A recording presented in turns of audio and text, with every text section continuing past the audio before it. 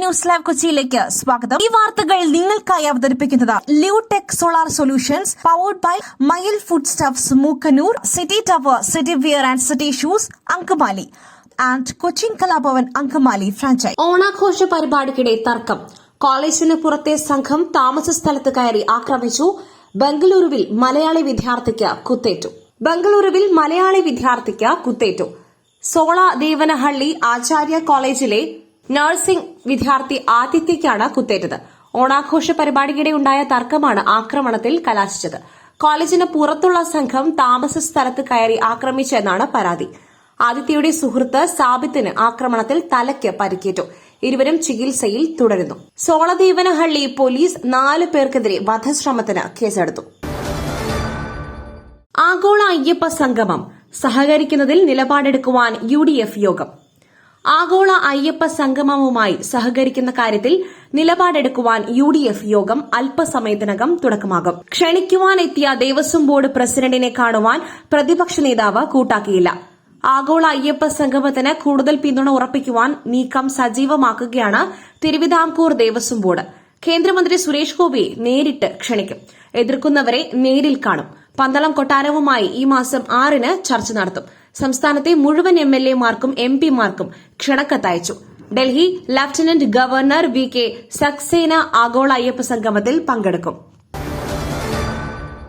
സംഘാടകരുമായി കൂടിക്കാഴ്ചയ്ക്ക് തയ്യാറായില്ല.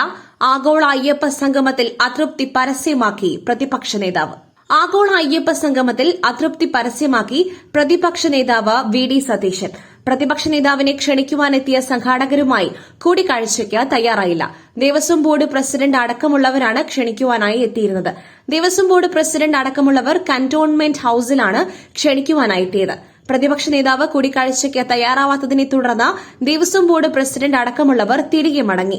നേരത്തെ സംഘാടക സമിതിയുടെ ഉപരക്ഷാധികാരിയായി VD സതീശനെ നിശ്ചയിച്ചിരുന്നു. ഇത് പ്രതിപക്ഷ നേതാവുമായി കൂടിയാലോചിക്കാതെയാണ് സർക്കാർ ചെയ്തത്. ഇതിലും പ്രതിപക്ഷ നേതാവിന് അതൃപ്തിയുണ്ട്.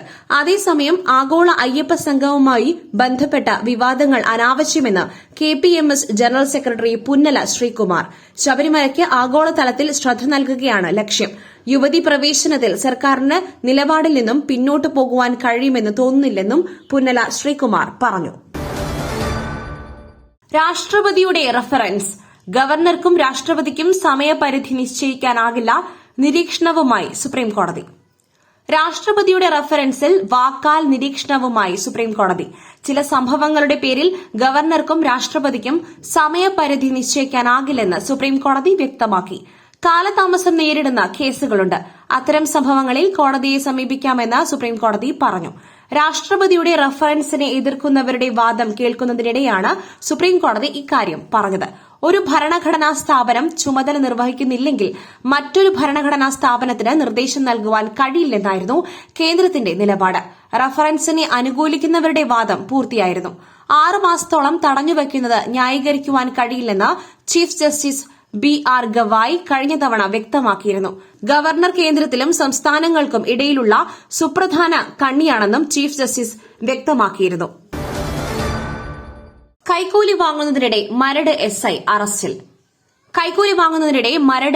അറസ്റ്റിൽ. പോലീസ് സ്റ്റേഷനിൽ നിന്നാണ് കൈക്കൂലിയുമായി SI പിടിയിലായത്. മരട് സ്റ്റേഷനിലെ SI ഗോപനെയാണ് വിജിലൻസ് പിടികൂടിയത്.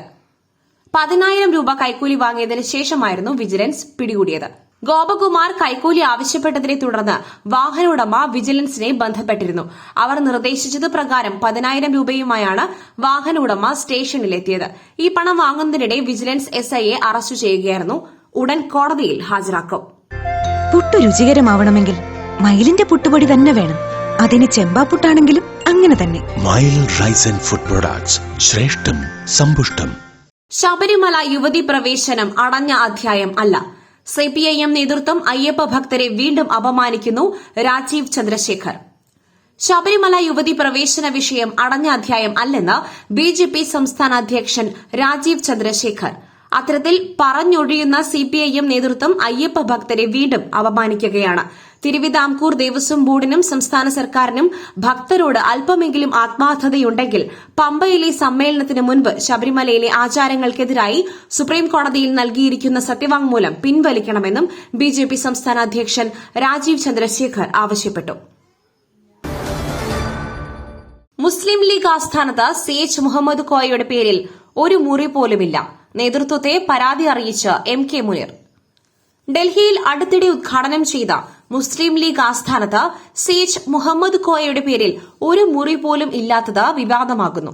ലീഗ് നേതാവും മകനുമായ MK മുനീർ നേതൃത്വത്തെ പരാതി അറിയിച്ചു. മുസ്ലിം ലീഗ് CHനെ മറന്നെന്ന് KT ജലീൽ വിമർശിച്ചു. ഖായിദെ മില്ലത്തിന്റെ പേരിൽ മുസ്ലിം ലീഗ് ഡൽഹിയിൽ കോടികൾ ചിലവഴിച്ച് നിർമ്മിച്ച ഓഫീസിന്റെ പേരിലാണ് പുതിയ വിവാദം. പാണക്കാട് അഹമ്മദ്, ബനാത്ത് വാല, പോക്കർ തുടങ്ങിയവരുടെ പേരിൽ ഹാൾ, ലൈബ്രറി തുടങ്ങിയവ ഉള്ളപ്പോഴാണ് CH മുഹമ്മദ് കോയയുടെ പേരിൽ ഒന്നും തന്നെ ഇല്ലാത്തത്. വിഷയത്തിൽ KT ജലീൽ രൂക്ഷമായ വിമർശനം ഉന്നയിച്ചു. മറ്റൊരു വാർത്തയുമായി കണ്ടുമുട്ടുന്നതുവരെ നന്ദി, നമസ്കാരം.